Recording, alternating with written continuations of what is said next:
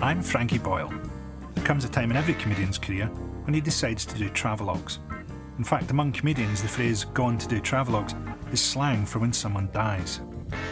I've started to tour around some smaller theatres in Scotland to get my show ready for a big run in Glasgow and Edinburgh. I've decided that I really need to reconnect with the place. It's my first tour of Scotland since 2012, and back then I was mainly doing it to avoid the one-show sofa at the London Olympics. Bringing my own views, and sometimes my own facts, I'm going to explore and learn about important Scottish historical figures and the many and varied ways in which English people killed them. I'll be reunited with the toy maker who built me and find out what now counts as foreplay in East Kilbride. I'll come to regret my extensive genital piercings, attempt to contact the spirits of some of Scotland's greatest serial killers, and travel back in time to Scotland in the 1970s. And you'll even get to watch my senseless death through the eyes of a military drone.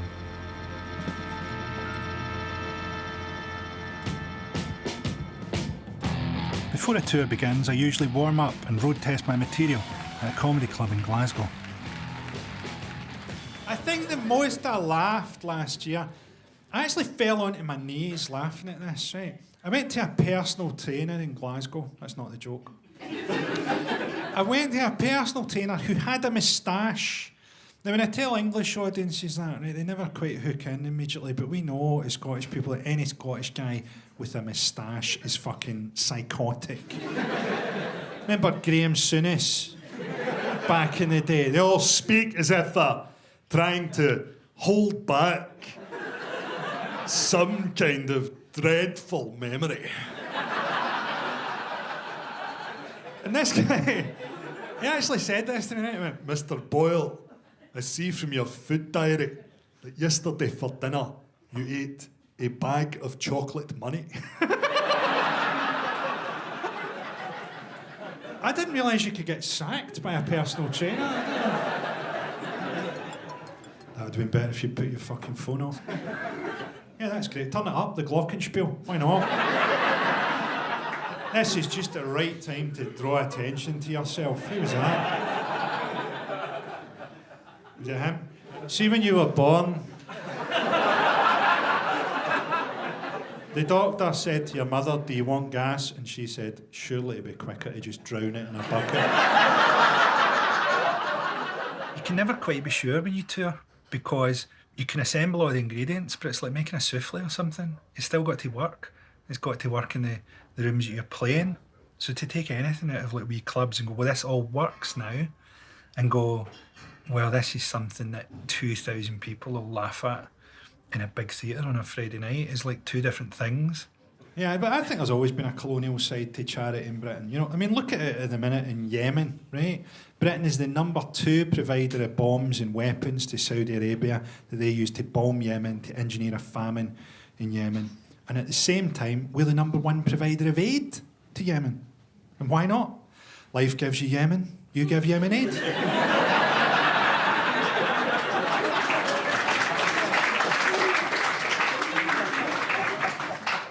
That one's staying in.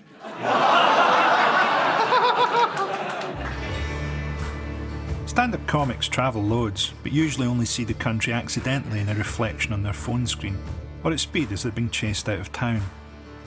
But this time, I'm going to get to know more about the land I'm passing through, how it has shaped Scotland, and how it shapes us. I like watching the countryside roll by. Remember one time, I was doing a gig in Rothesay, so I got the train down, and there's an old guy sitting beside me the whole way, and it's just lashing rain, and he just looks at the fields the whole way down there, and then just before we got there, he turned around to me and he went, "Fuck being a sheep."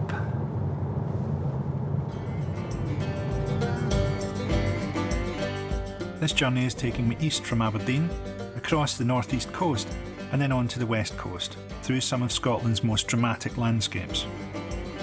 Most of it's amazing. The only towns you really have to worry about are places that call themselves the gateway to somewhere. Do you know what I mean? Gateway to Midlothian or something. It's basically saying there's nothing here, keep going. The rural northeast of Scotland is sparsely populated, so it's perfect for people who crave a quieter, isolated life and who may or may not be on the run from the law. perfect too for people who want to stave off a nervous breakdown by staring at conifers. I'm thinking of buying a hut up here myself, so that when the wheels of my mind finally come off, I can run up and down these beautiful glens wearing a crown of pine cones and screaming my jokes at confused otters. I'm en route to meet with the man who has chosen to live in splendid isolation among the shallow graves of the dense forests of Rhynie in Aberdeenshire. I don't know how the production have set up a meeting with a hermit. I assume they've just shaved a time and date into a badger's back and released it into the woods. Be interested to meet someone who's officially antisocial, because I consider myself to be a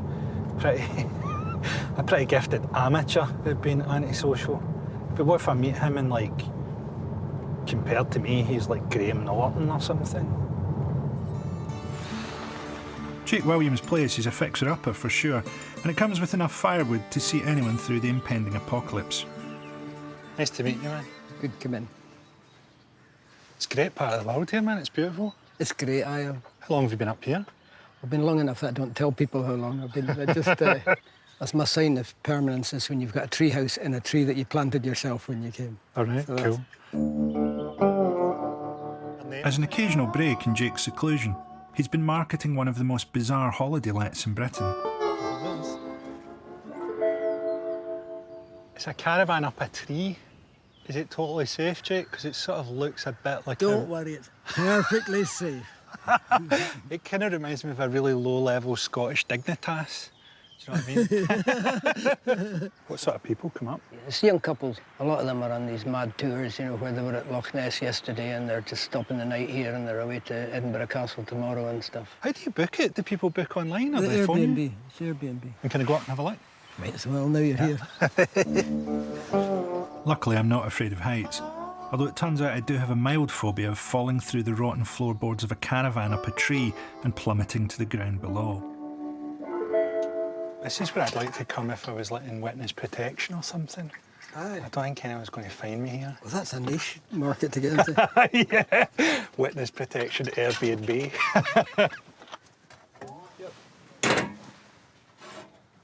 It's a wild wee spot. What about when it's windy? Well, touchwood, it's been a few storms and touchwood, it's still here. Imagine if you owned this caravan originally Aye. and you went on your holidays in it with your kids and stuff like that. Just imagining one day it's going to be up a tree. Aye. Do you ever feel you're kind of tied to one spot now? Do you miss travelling? No, I don't think so.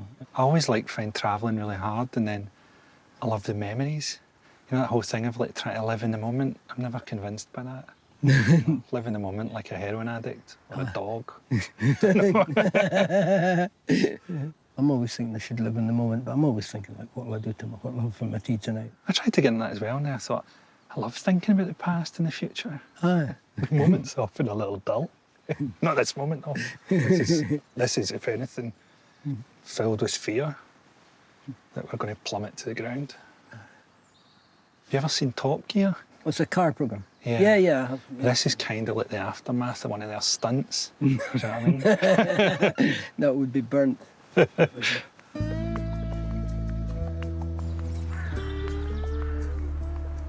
I felt he was a lovely guy. He was obviously a slightly eccentric guy, but not a hermit. The caravan up the tree felt genuinely quite precarious. I was thinking if his main customers are couples, that place has seen some of the most careful sex. Must be proper prison strokes up there. Scotland's not just for those who want to be alone. There's also room for those who want to be alone together. 50 miles west of Jake's house in Rhynie is Scotland's best-known commune. The founders of the commune arrived here back in 1962, which makes Findhorn the same age as John Bon Jovi. Findhorn has grown from an idea in the 60s into a thriving commune of around 300 people. It has an eco-village, its own currency, and, sadly, its own theatre. Findhorn's not in Just Eat's delivery radius, so self-sufficiency is key.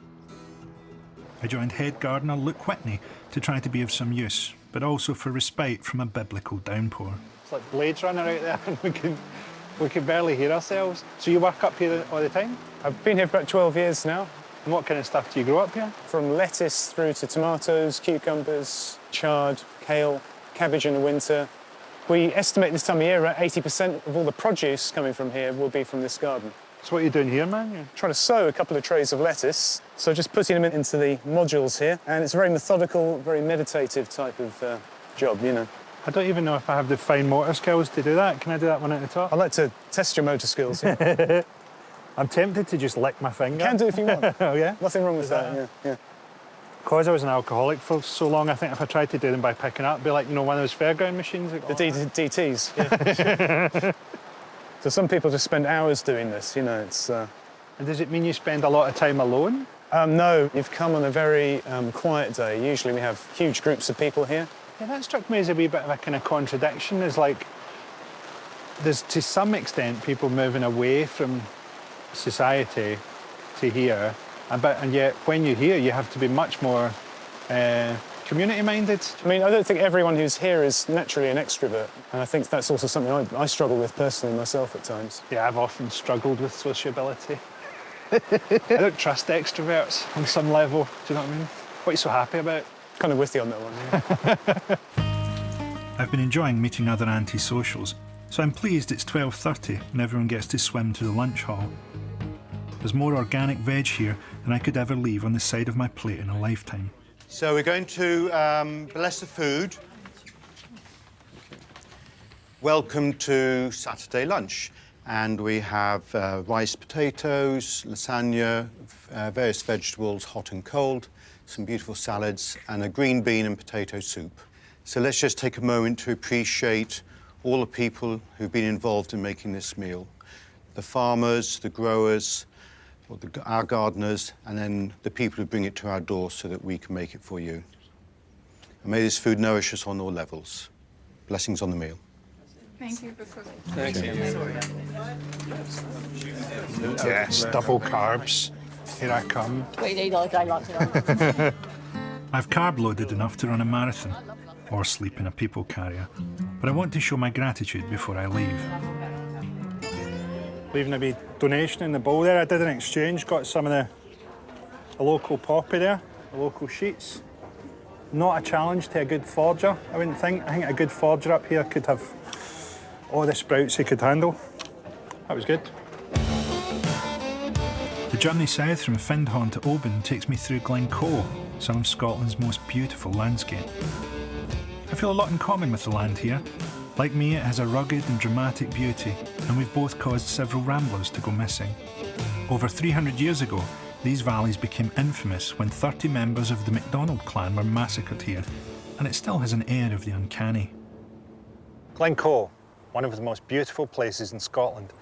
People come here from all over the world to admire its grandeur, clamber about aimlessly, and defecate behind clumps of gorse. Of course, it's always associated with the massacre of Glencoe in 1692, an example of what could happen when you wanted to pacify the Highlands before heroin. It's fairly typical of Scotland's relationship with history that we still think of it as a story of clan warfare, when it actually happened by order of William of Orange, on the advice of the Lowland Scots who served him, and the task was entrusted to a regiment in the British Army. The DJ and sex monster, Sir Jimmy Savile, owned a house at Glencoe until his death in 2011. Here, the elderly pervert would sit long into the Highland evenings, quietly sipping scotch and molesting fellwalkers. Here, he entertained such luminaries as his friend Margaret Thatcher and the demon Adralamech, the ancient Assyrian commander of hell. Why did Savile want to live on the site of a massacre? Well, we can safely assume that the DJ was a time vampire. Cross-legged in his pentagram, his nostrils would flare as his fetid soul, hungry for pain, sniffed back through the centuries, latching on to the death screams of the Clan MacDonald. Savile would teleport back into the mayhem. In his demonic form, he would happily roam the killing field, gorging on the panic. He would grant dying wishes to Highlanders, who would then find their soul inexplicably hurled into the body of a Boy Scout on a roller coaster. His activities have had an enduring legacy. The Gaelic word for demon is pronounced traxuta-wearing pedophile.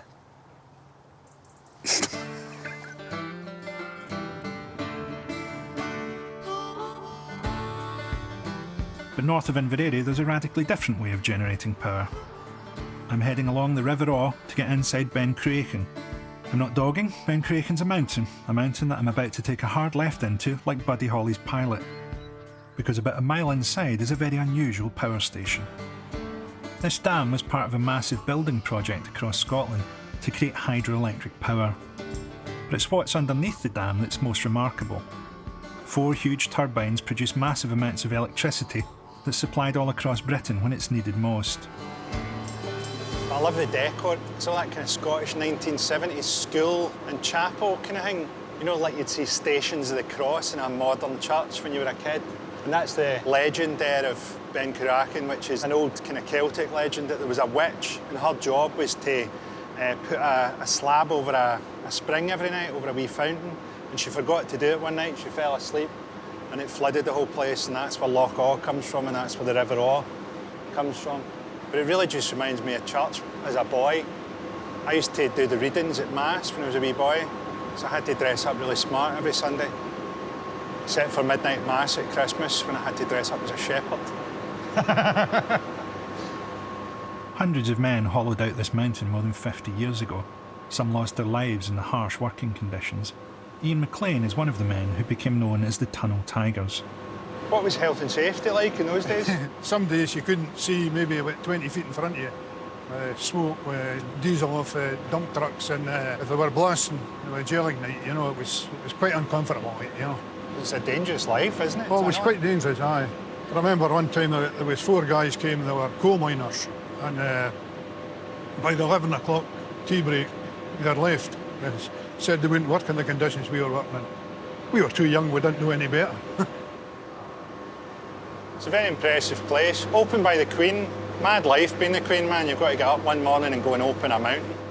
This is like 50 years ago though, isn't it? So probably like we're 2 or 3 years away from a mountain being hollowed out on grand designs.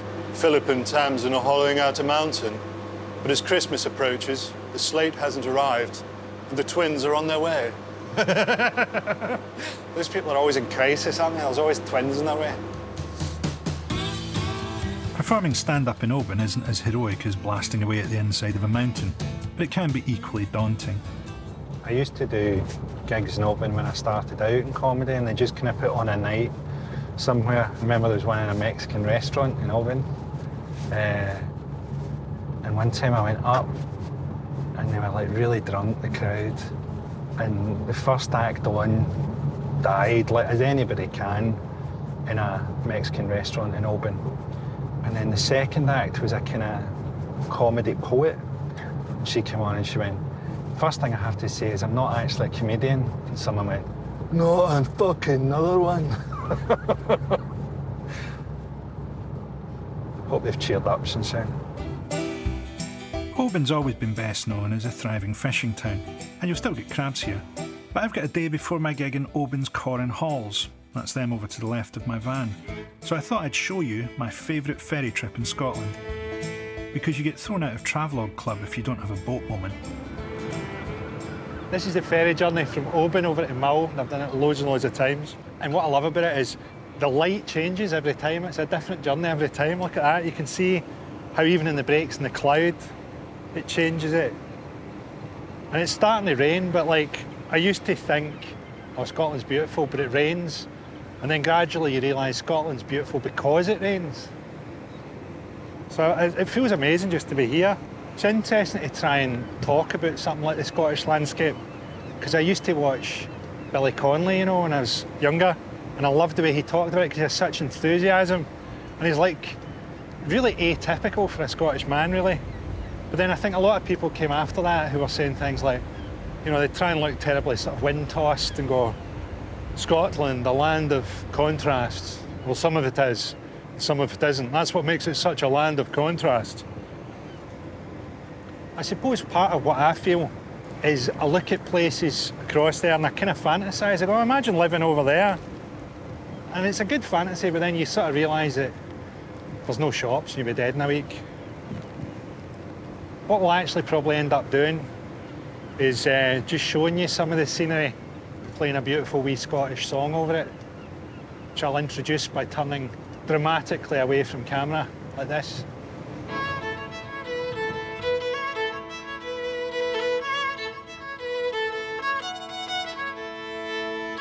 I'm now going to recreate the moment from Titanic by going below decks and fucking someone in a really old car. The trip to Mull takes less than an hour. The crossing itself is enough for me, so I haven't planned anything exciting to do in Mull. I'm already worrying about my gig. You always worry about your show a bit, you know. But it's funny when you're out in rural places and there's all this beautiful scenery and you're just kind of lost in there, you know. I remember one time I was doing a gig in Lochaber, which is way up the far north, and I was walking around the harbour waiting to go on, you know, doing my lines, and I realised that as I was worrying about this show, I was actually making eye contact with a seal, you know. So comedy's a bit like that. It makes you look at the world, you know, but it also takes you away from the world a wee bit. So I've done gigs where I've been waiting to go on. I've been with a cow. Been with a cow and its calf one time. One time I did a gig near Edinburgh and there was a field outside where we did the show that had horses in it. And then the next field is like, you know, the jumps that horses do when they're show jumping, but they've just left the poles on the ground. So I was really bored and I ran round jumping over the wee jumps, you know, like I was a horse for a laugh. And when I looked round, I saw the 3 horses come down to the fence and they were looking over like that and they were going like this, like that, which I like to imagine is horse laughter. Do you know what I mean? I hope it is. Interspecies laughter. That's the toughest kind to get. I'll take it.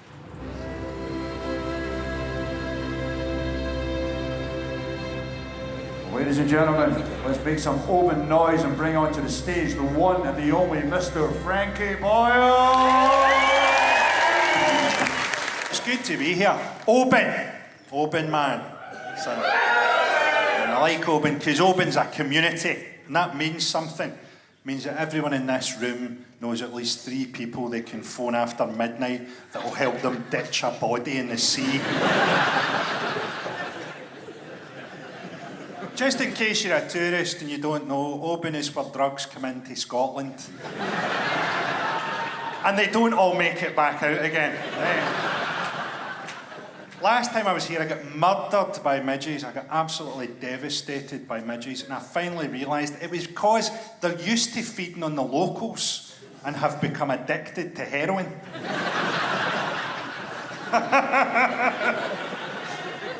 I know, right? I know, like, cocaine is actually the drug here, right? Cocaine. And I know why you'd need the confidence of cocaine when you're selling seafood to tourists at these prices.